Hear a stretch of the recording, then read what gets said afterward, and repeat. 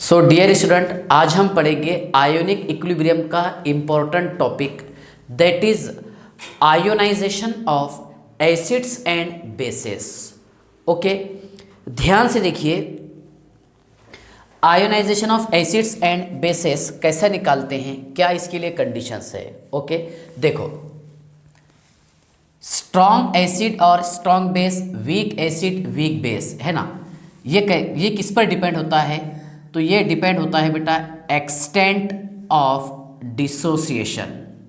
Extent of dissociation, मान लो अगर कोई एसिड कंप्लीटली डिसोसिएट होता है तो वो रहेगा स्ट्रॉन्ग एसिड, और अगर कोई एसिड पार्शियली और इनकम्प्लीटली डिसोसिएट होता है तो वो रहेगा वीक एसिड। ओके, ध्यान से देखिएगा, स्ट्रॉन्ग एसिड, स्ट्रॉन्ग एसिड्स, इसकी कुछ टिपिकल एग्जांपल लिख देते हैं हम। HClO4 विथ ऑर्डर लिखता हूं मैं, यस, H2SO4, HI, HBr और HCl। ओके, ये है बेटा स्ट्रॉन्ग एसिड। अब स्ट्रॉन्ग एसिड की अगर हम बात करेंगे तो ध्यान से देखिएगा, H positive Cl negative, yes, मतलब ये 100% डिसोसिएट होता है। कितने परसेंट?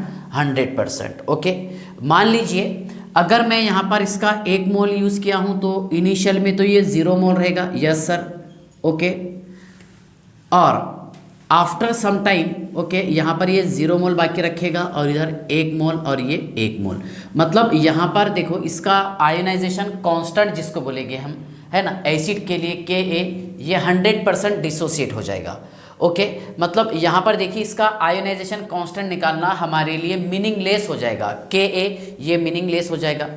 ओके, ध्यान से देखिए, इसके बाद मैं आपको बताता हूँ बेटा स्ट्रॉन्ग बेसेस। सुनिए, स्ट्रॉन्ग बेसेस ये भी 100% डिसोसिएट होते हैं, है ना। टिपिकल स्ट्रॉन्ग बेस की एग्जांपल है NaOH, KOH, जो आम तौर पर हम यूज़ करते रहते हैं। ओके, अगर आप इसे डिसोसिएट करेंगे बेटा तो देखिए Na positive plus OH negative, Na positive plus OH negative. Yes, initial में मैंने 1 मोल यूज़ किया था, इसके कितने? 0 मोल 0 मोल, और आफ्टर कंप्लीटिंग रिएक्शन तो ये 0 मोल बचा और ये 1 मोल 1 मोल। मतलब यहाँ पर NaOH ये 100% डिसोसिएट हो गया। यस, देखिए, तो फिर अब आयोनाइजेशन कांस्टेंट या फिर ionisation of acid and base, ये इंपॉर्टेंट किसके लिए है? तो ध्यान से देखिएगा, ये इंपॉर्टेंट है वीक एसिड और वीक बेस के लिए। क्या मान लो अगर मैं 1 मोल वीक एसिड यूज़ करता हूँ तो उसमें से कितने मोल एसिड डिसोसिएट होगा? ओके, अगर मान लो मैं वीक बेस यूज़ करता हूँ तो उसमें से बेस कितना डिसोसिएट होगा, कितने परसेंट डिसोसिएट होगा, कितने अमाउंट में डिसोसिएट होगा। यस, चलिए ध्यान से देखिए बेटा। ओके, देखिए डिसोसिएशन, पहले मैं आपको कुछ कंसेप्ट बता देता हूँ। देखो, आयोनाइजेशन कांस्टेंट, सुनिए आप, ये आयोनाइजेशन कांस्टेंट हम निकालते हैं पोलर कोवैलेंट मॉलिक्यूल के लिए। किसके लिए एप्लीकेबल है बताइए आप? पोलर कोवैलेंट मॉलिक्यूल के लिए। और dissociation constant, dissociation constant, okay, ये बेटा एप्लीकेबल है आयोनिक मॉलिक्यूल के लिए। ओके, और सॉल्ट का हम हाइड्रोलाइसिस, सॉरी, सॉल्ट का हम आयोनाइजेशन कांस्टेंट डिटरमाइन नहीं कर सकते, सॉल्ट का हम डिटरमाइन करते हैं हाइड्रोलाइसिस कांस्टेंट। तो ध्यान से देखिए, हाइड्रोलाइसिस कांस्टेंट ये इस्तेमाल करते हैं हम सॉल्ट के लिए। ओके, तो ध्यान से देखिए, सॉल्ट के लिए हम आयोनाइजेशन कांस्टेंट यूज़ नहीं करते। आयोनाइजेशन कांस्टेंट हम यूज़ करते हैं, सुनिए आप, आयोनाइजेशन कांस्टेंट, यस, ये यूज़ करते हैं बेटा हम एसिड्स के लिए, बेस के लिए और वाटर के लिए। यस, तो आयोनाइजेशन कांस्टेंट Kc ये यूज़ कर सकते हैं हम एसिड के लिए, बेस के लिए और वाटर के लिए। ठीक है, सॉल्ट के लिए इस्तेमाल करते हैं हम हाइड्रोलाइसिस कांस्टेंट। छोटे छोटे पॉइंट्स आपको ध्यान रखना है। ठीक है, तो देखिए यहाँ पर मैंने आपको बताया हूँ स्ट्रॉन्ग एसिड स्ट्रॉन्ग बेस जो 100% डिसोसिएट हो जाता। अब नेक्स्ट है डिसोसिएशन, डिसोसिएशन कांस्टेंट। ठीक है, पहले रहेगा बेटा for weak acid, week acid के लिए डिसोसिएशन कांस्टेंट क्या आएगा और वीक बेस के लिए डिसोसिएशन कांस्टेंट क्या आएगा। ओके, तो वीक एसिड ध्यान से देखिएगा एग्जांपल वीक एसिड के एग्जांपल लिखे बेटा हमने सारे carboxylic acid CH3COOH, formic acid, acidic acid, propionic acid, butane, benzoic acid, butyric acid. Okay, next HF, HCN, H2S, okay, ETC। ठीक है, देखिए बेटा वीक एसिड जो है ये पार्शियली और इनकम्प्लीटली डिसोसिएट होता है। मान लीजिए आप ये हमने एसिड यूज़ किए हैं और इसको डिसोसिएट किए एक्वा सॉल्यूशन में CH3COO negative plus H positive, तो ये लगभग सिर्फ 5% तक के डिसोसिएट हो सकता है। कितने परसेंट? 5, मैक्सिमम कितना परसेंट? 5% डिसोसिएट होगा। ओके, ध्यान से देखिए मैंने यूज़ किया हूँ वीक एसिड। यस, हाँ, HF सुनिए बेटा, यहाँ लिखे हमने H positive plus F negative. Yes, okay sir. HCN, ठीक है, तो ये H positive plus Cn negative. Acid तो समझता ना आपको, जो substance H positive ion produce करे उसे हम एसिड बोलेंगे और जो सब्सटेंस एक्वस सॉल्यूशन में OH नेगेटिव आयन प्रोड्यूस करे that is called as base. ये डिफरेंस है दोनों में, एसिड और बेस। ओके, देखिए वीक एसिड के लिए आपको इस्तेमाल करना है ना, मतलब ये मैक्सिमम कितने परसेंट डिसोसिएट होगा बेटा? ये होता है sir maximum dissociate 1%। Yes, sorry 5%। देखिए मैं वीक एसिड का एक नेट एग्जांपल लिखा हूँ HA। यस सर, इसको हमने डिसोसिएट किए H positive plus A negative, H positive plus A negative, बराबर है। अब यहाँ पर आपको निकालना है KA, इसका और इसका रेशो। KA ये होगा बेटा acid dissociation, acid dissociation constant. So Ka is equal to concentration of H positive, concentration of A negative upon concentration of HA। Okay, ये है बेटा एसिड के लिए। किसके लिए? एसिड के लिए। Yes, Ka is equal to concentration of H positive into concentration of A negative divided by concentration of HA। किसके लिए है ना? वीक एसिड के लिए। यस सर, ठीक है, इधर का लिख लिया होगा आपने। हाँ, देखिए अब वीक बेस के लिए मैं आपको बता देता हूं। Okay,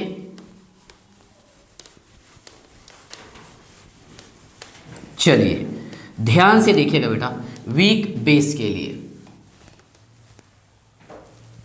for weak base, weak base इसके लिए आपको निकालना है Kb। Kb रहेगा बेटा इसमें, देखिए ये क्या था? एसिड डिसोसिएशन कांस्टेंट था, तो ये रहेगा base dissociation constant. Yes sir, base dissociation constant. देखिए हमने यहाँ एक वीक बेस के एग्जांपल लिए हैं NH4OH, बराबर है, बड़ी फेमस एग्जांपल NH4OH है ना, ammonium hydroxide.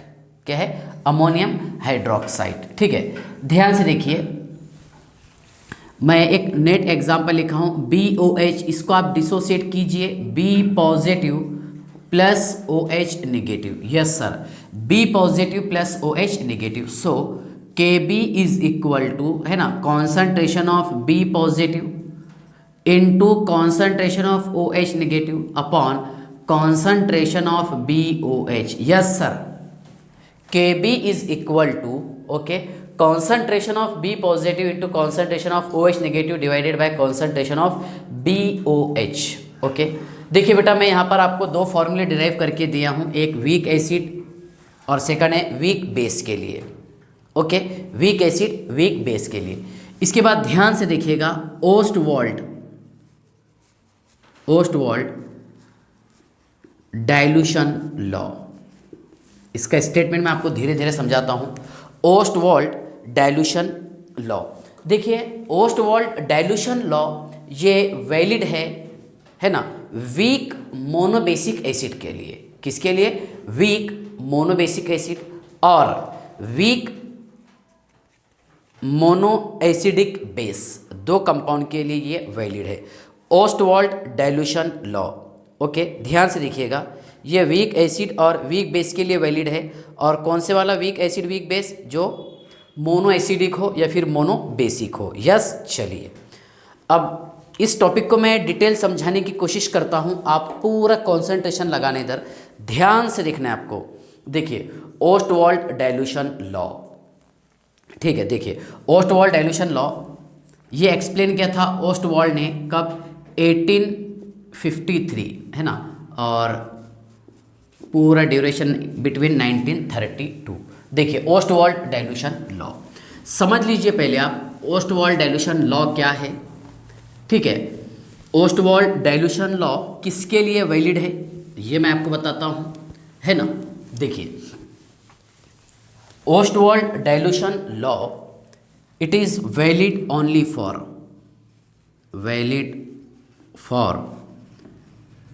Week mono basic acid या वीक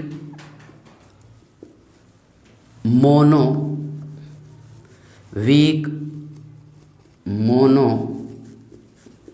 एसिडिक बेस, ठीक है। तो सबसे पहले हम देखेंगे बेटा वीक एसिड के लिए, ध्यान से देखिएगा, कोशिश करता हूं कि आपको ये मैं क्लास में याद करवा दूं। ओके, देखिए वीक एसिड, मान लीजिए मैंने एक नेट एग्जांपल लिखा हूं एसिड की HA, यस क्या प्रोड्यूस करेगा? H पॉजिटिव और A नेगेटिव। ओके, सुनिए बेटा, इनिशियल में मैंने 1 मोल इस्तेमाल किया हूँ। कितना मोल? 1। ये कितना मोल था? 0 था। ओके, एट इक्विलिब्रियम, इक्विलिब्रियम पर क्या होगा? ध्यान से देखिए, कितने मोल इस्तेमाल किए थे हमने? 1 मोल। अब ये 100% तो डिसोसिएट नहीं होने वाला। ओके, 100% ये डिसोसिएट नहीं होगा। सुनिए, तो ये 1 मोल में से मान लीजिए आप यहाँ पर ये अल्फा मोल डिसोसिएट हो रहा। अल्फा बोले तो डिग्री ऑफ डिसोसिएशन, कितना? अल्फा। जब अल्फा डिसोसिएट होगा तो अल्फा ही फॉर्म होगा और अल्फा मोल ही तैयार होगा एट इक्विलिब्रियम। ओके, इसके बाद देखिए आप कॉन्संट्रेशन एट इक्विलिब्रियम। कॉन्संट्रेशन हमारे को इक्विलिब्रियम पर निकालने का है, तो 1 minus alpha divided by V. Okay, देखिए मतलब 1 मोल में से अपन अल्फा मोल डिसोसिएट कर दिए पर लीटर, है ना, divided by V, alpha by V. Okay, per mole इतना तैयार हो रहा, पर लीटर इतना तैयार होगा, और अल्फा बाय वी। ओके, ध्यान से देखिए इसका मीनिंग क्या हो रहा है बेटा, ये समझ लीजिए पहले आप। वीक एसिड है तो ये 100% तो डिसोसिएट नहीं होगा। हमने कंसिडर किए कि यहाँ पर 1 मोल मैंने यूज़ किया हूँ। कितना मोल? 1 मोल। ओके, इनिशियल में 1 मोल था, अब रिएक्शन स्टार्ट ही नहीं हुआ तो ये 0 है। Yes sir. इक्विलिब्रियम पर क्या होगा बेटा? ध्यान से देखिए, क्या 1 मोल में से ये अल्फा मोल डिसोसिएट हो गए। कितने मोल? अल्फा मोल डिसोसिएट हो गए। जब अल्फा मोल डिसोसिएट हो गए तो अल्फा मोल का फॉर्मेशन होगा। यस सर, प्रोडक्ट में फॉर्मेशन होता, ये अल्फा मोल कहाँ पर? इक्विलिब्रियम पर। अब कॉन्संट्रेशन आपको निकालने का है, कॉन्संट्रेशन एट इक्विलिब्रियम। तो देखिए कॉन्संट्रेशन क्या रहता है बेटा? Concentration C is equal to क्या रहता है बोलो? N/V। तो यहाँ पर ये 1 माइनस अल्फा मोल थे, यस सर, अपॉन वॉल्यूम, पर लीटर के अंदर इतना है। ओके, इतना मोल फॉर्मेशन हो रहा अल्फा बाय वी, और ये भी कितने बेटा? Alpha by V. Yes sir. अब देखिए आप ध्यान से, Ka एसिडिटी कांस्टेंट आप कैसे निकालते थे? याद है सर हमारे को? बताइए बेटा।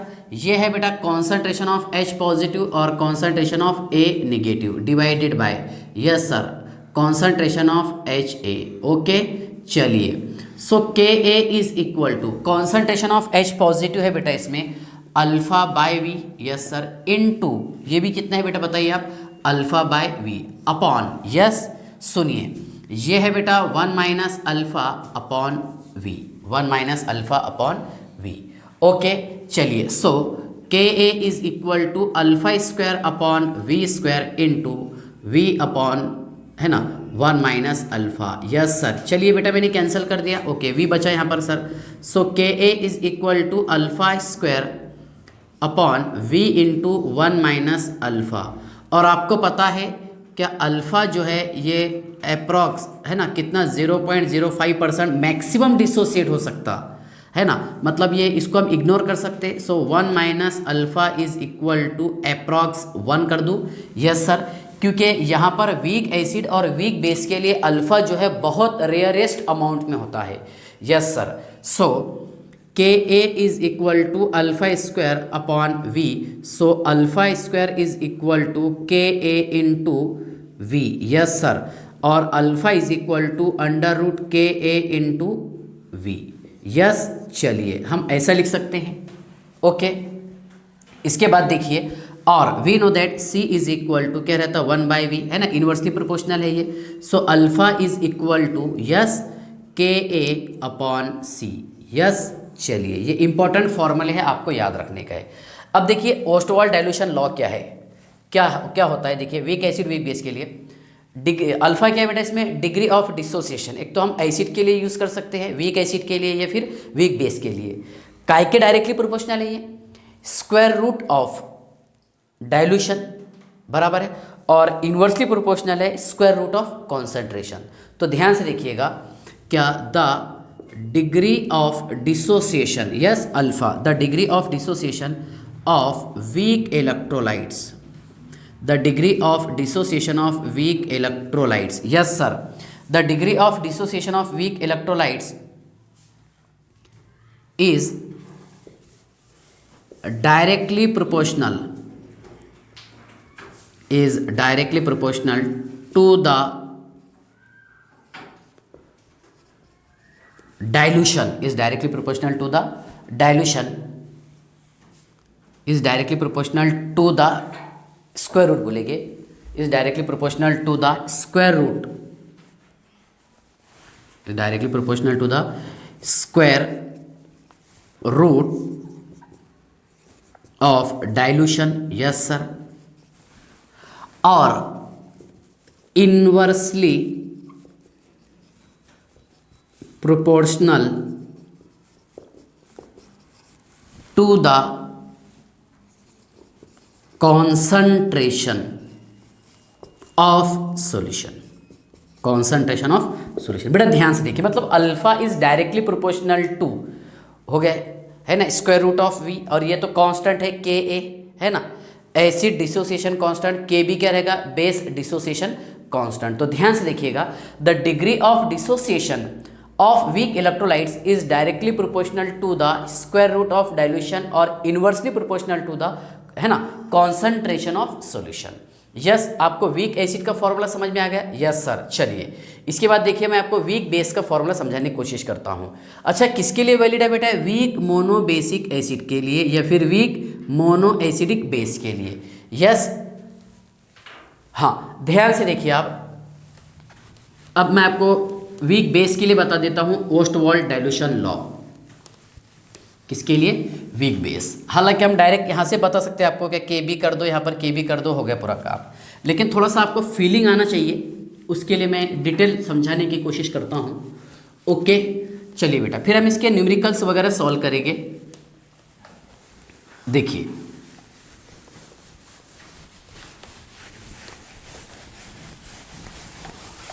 चलिए ध्यान से देखिए,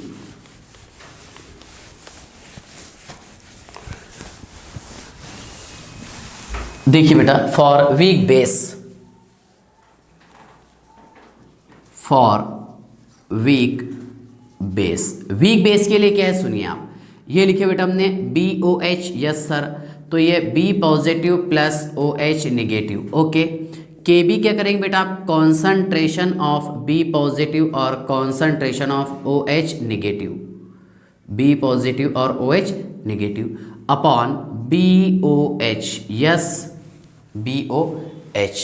ओके, देखिए जितना ज़्यादा KB होगा, ओके, या फिर जितना ज़्यादा कॉन्सेंट्रेशन ऑफ OH होगा उतना ज़्यादा, है ना, बेस डिसोसिएशन कांस्टेंट होगा। जितना ज़्यादा कॉन्सेंट्रेशन ऑफ OH होगा उतना ज़्यादा बेस डिसोसिएशन कांस्टेंट होगा। ये इसका मीनिंग हो रहा। Yes sir.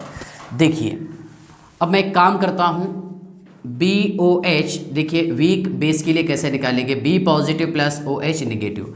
मान लीजिए मैंने शुरुआत में यूज़ किया हूँ 1 मोल। Yes sir. ये कितना रहेगा बेटा इसका कॉन्सेंट्रेशन 0 एट इक्विलिब्रियम।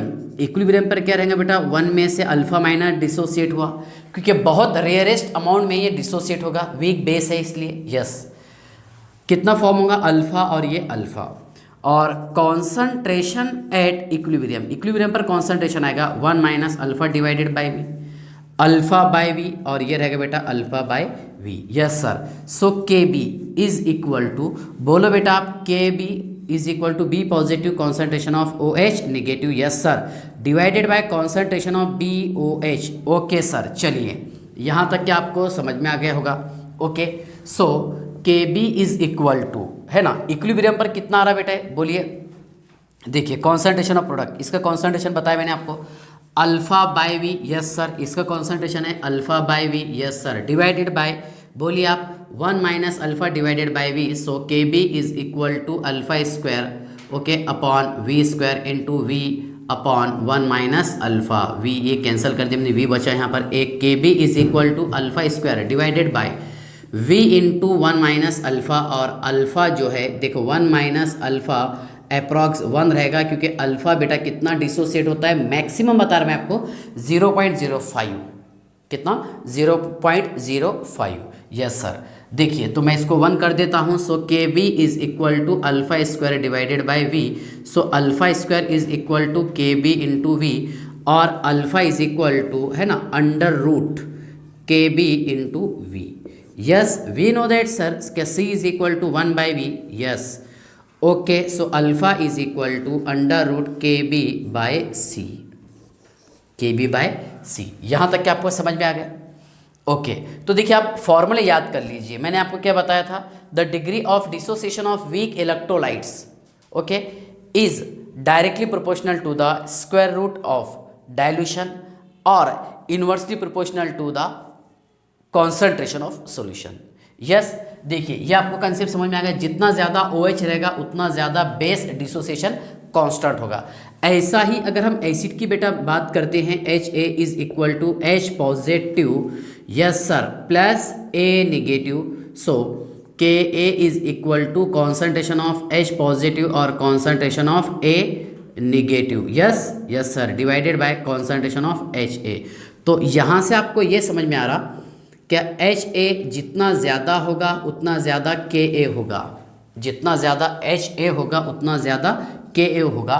यस क्योंकि डायरेक्टली प्रोपोर्शनल दिख रहा आपको, है ना, मतलब KA, है ना, acid dissociation constant is directly proportional to the concentration of H positive, और base dissociation constant is directly proportional to the concentration of OH negative. Okay इसके बाद देखिए यहाँ से आपको ये समझ में आया क्या ये जो KB दिखा आपको, है ना, ये इनिशियल कॉन्सेंट्रेशन पर इंडिपेंडेंट है। मैं लिख देता हूँ इधर क्या, इनडिपेंडेंट। अरे यार चलिए मैं एक काम करता हूँ, यहाँ पर KB है ना, इंडिपेंडेंट,